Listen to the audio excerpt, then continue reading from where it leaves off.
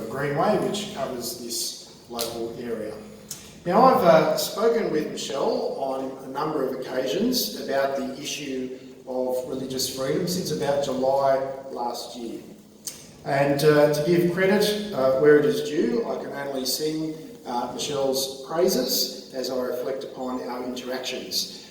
Michelle has certainly, from my perspective, approached this issue with a very open mind.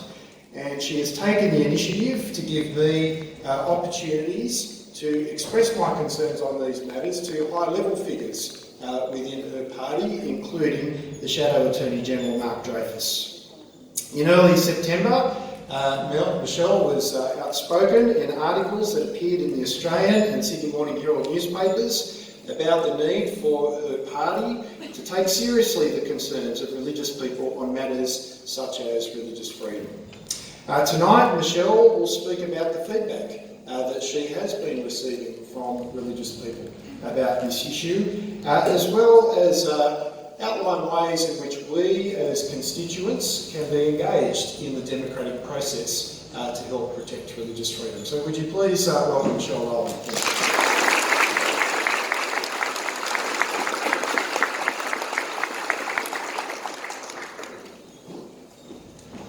Thank you very much, Mark, and the organisers and everyone for coming out here this evening. I've been thinking very deeply in the last couple of weeks about the topic that Mark has assigned to me, which is Help Me, Help You. And I have distilled this into what I think is 4 key, what I hope, practical areas where I think feedback can be given, but also ones that I think might provide a prism through which we can view this issue politically.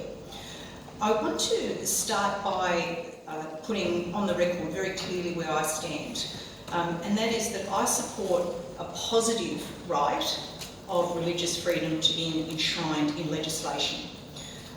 In the absence of the Bill of Rights, and in particular considering what I believe are many legitimate concerns that people have raised with me over the past couple of years, just to give you some feedback.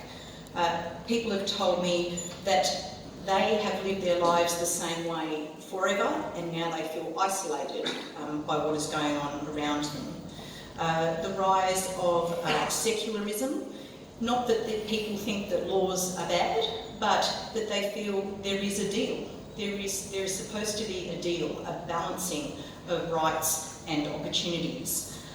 People are also, quite frankly, sick of having labels ascribed to them by other people. And I think it also comes down to the word that I have used publicly, and that is respect. That the diminishing of respect in our society is one of the key reasons why we need this. What will be contested, and Michael very eloquently articulated some of those issues, what will be contested is the form and scope of that legislation. So I want to get down to the 4 issues that I've identified. The first is the need to elevate the issue. I think it's very important that we recognise that there are some people who see this cause as a fringe issue, as offensive as that is. But I think what is necessary to be appreciated is the very valid fear that people have, and very real fear of a chilling impact on their way of life as a result of things they see going on around them. And it's at this point that, as I was saying to some of our friends here, really the first step in redemption is to give the mea culpa and to acknowledge one's mistakes. There were many reasons that Labor lost the last election which very few people thought we would lose. But clearly one of those, and this was no epiphany to me after the election, one of those was Labor's tone as a party and attitude, and a culmination of a number of issues around that, which led to people who might normally vote Labor, might not, might be swinging voters, but they decided that they had a loss of confidence in us, and many of those people were people of faith. I did want to put on record, and I have said this previously too, one of the first things I did after the election, when I was contacted by our new leader, Anthony Albanese, who called me up asking for a vote. And I said, one thing you need to appreciate is that Western Sydney is a big place, and you should not see the people of Western Sydney as somehow being out of touch with us. We have been out of touch with them, particularly on this, on the issue of religious freedoms. And he expressed to me very clearly that he understood that. He was raised a Catholic, just as I was, and it's something that we definitely needed to address head on. And I think it is refreshing that we had, in the last couple of weeks, the campaign review release, which had a very specific section saying that Labor clearly lost the confidence of people of faith. So I guess the issue I seek to raise in this first case is that forums like this do a great justice to the cause by elevating the issue, because it means that I have ammunition to go into my caucus room or talk to my colleagues and say that clearly this is an issue of deep importance to people. If this was an issue of a gathering of 500 people who had really big concerns about live animal exports, for example, which many people do have as well, then that would be seen as a valid issue. It should be seen as a valid issue on its face, not with any judgment, and certainly with a great deal of respect. The second point I wanted to make is that I don't believe that this issue is actually going to be decided purely on party political lines, at least in terms of the two main political parties. You would know that there are individual senators and members of parliament on both sides of the chamber who are informed by their faith and also by their constituencies, and for me that comes down on both counts. Very much the focus in this debate, I believe, has been on Labor being in opposition and what Labor is going to do in response to the government. I would put to you that there are equally vastly divergent views within the government's own ranks on this issue. Some people who are vehemently opposed to this bill, and also many people who don't believe the bill goes far enough. I don't say that to make a political point. I make that point in order to demonstrate the very fact that this will be decided by individual members of Parliament. That's not to say that I don't know whether this will go to a conscience vote. Under the Liberal Party rules, every vote, as Michael pointed out, is theoretically a conscience vote in any case. The bill that has been put, there actually hasn't been a bill put before the Parliament at the moment. It is an exposure draft. Now that will go through the normal caucus processes within both parties, but for my mind, one thing that has been very disappointing is that in the months that have passed, there has been no formal briefings given yet to members of the opposition from the government. I understand that that will be forthcoming. There's been a lot on the Attorney General's agenda, and I appreciate that. But I think it is very important to approach this, for a government to approach this, not from a party political perspective. I think this really needs to be approached as something on which individual MPs and senators will make up their minds. I think it's also important to note that, because quite frankly, I think that there needs to be a lot more critical thinking done when it comes to exploring where this issue sits politically. I think I'm considered something of an outlier because I have been articulating my views quite openly, because I think there are probably two things that politics is short of at the moment, and that's honesty and some authenticity. So where I can insert that wherever I can, I think that's probably refreshing.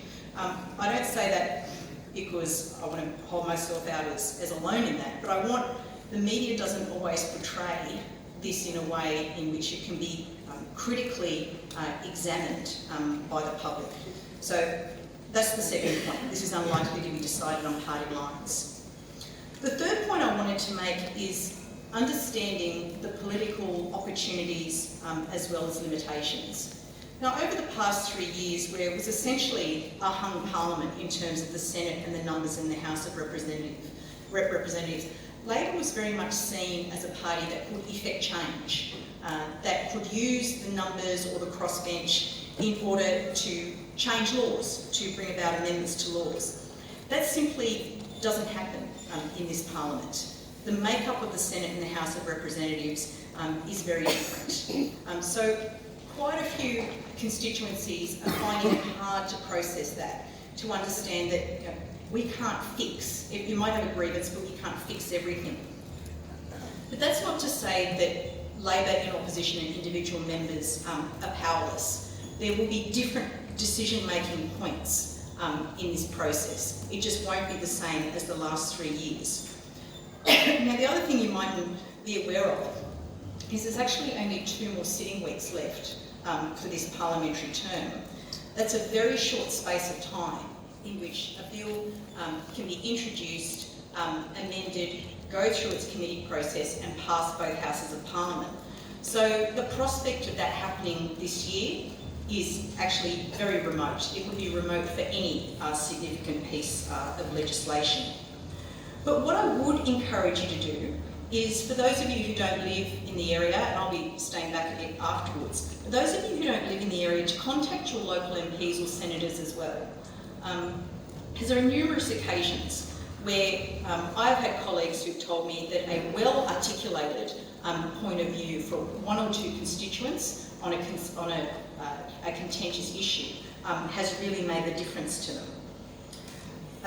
I did want to highlight, also, lastly, and this is my 4th point, and I guess it's a question for those gathered here this evening. At what point does the movement for religious freedom designate a decision? When will a decision be made? Now, not everyone is going to agree with everything in the exposure draft, and I think it's good that we have an exposure draft. To the government's credit, that's been put out there for discussion at this time. But again, as Michael has pointed out, there are some people who are very underwhelmed with this bill. There are intricacies within this bill that clearly have a lot more work to be done. And one thing that I would mention as well in the bill, one section that actually stumps me, there's a section called unjustifiable financial hardship and a $50 million threshold that gives a different level of protection to statements of belief. Some people call this the Qantas clause. So it seems unusual, and it's been criticised as such by a number of stakeholders, and I'm actually not aware of any other anti-discrimination legislation that makes a demarcation of this kind depending on the wealth of a corporation involved. But I've been using this time wisely to consult with many different religious groups, many different beliefs, and let's remember this is a religious discrimination bill, this area comprises a number of people of many different faiths. Some church leaders have urged that this bill not be passed in its current form, that they will rather have nothing rather than something that's substandard. It leads to some key arguments about should we have a half-good piece of legislation and revisit it in the future? How hard will that be? I'm actually meeting with the Bishop of Parramatta tomorrow. But I think we need to recognise that religious freedom means different things to different people. I see some of our Sikh community in the audience here, and for them, some of the elements of the Sikh faith are issues that they have been grappling with for some time, including carrying symbols of their faith. And I also want to recognise that there are some particular groups of Christians here in whose homeland they are actually persecuted. So to come to Australia thinking that we have religious freedom here and to be let down in that way is something that I want to acknowledge. So just to recap on where to from here. So I've been asked to talk about what you can do as concerned citizens to make your views about religious freedoms known, and being here much of the feedback that I've personally received I'm also very grateful for. So I would encourage you, if you haven't already, to make your views known to your local members. And I think it's also important to emphasise how to convey that. I suggest you do it in very practical terms, which is important for two main reasons. It creates the case for the legislation to actually exist, and there are, as I said, there's a divergence of views about whether or not it should exist. But it also allows MPs, because MPs unfortunately are victims of fake news as much as anyone else, to cut through the fake news and set the record straight.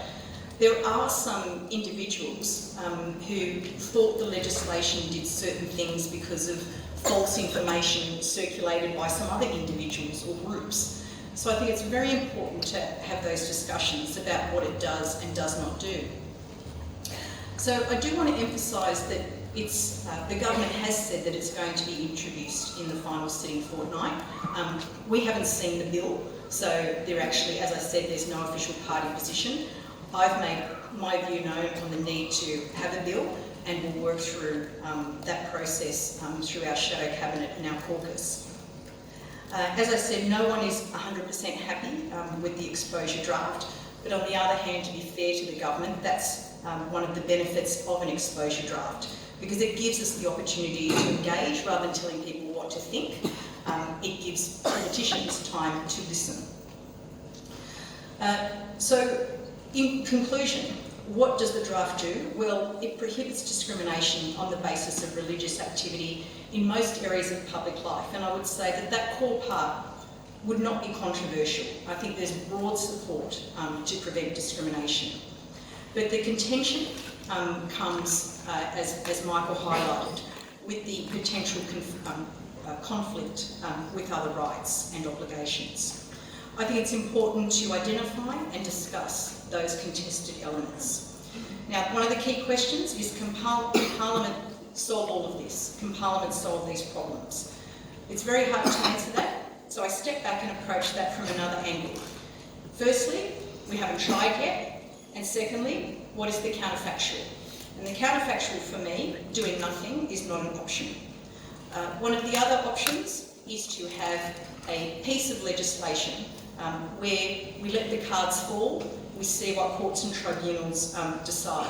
My view is that the bill needs to be as robust as possible, rather than leaving this in the hands of the adjudicators. So this issue is not going to go away. Equally, there's not going to be a quick fix. I would encourage you not to be afraid of the political process, to engage respectfully with your local representatives. I'm grateful to many of those here who have. And I, for my part, will continue to engage with religious leaders, but with all due respect, and more importantly, with individuals, to make sure that we get this balance right and that we get the respect right. Thanks for your time.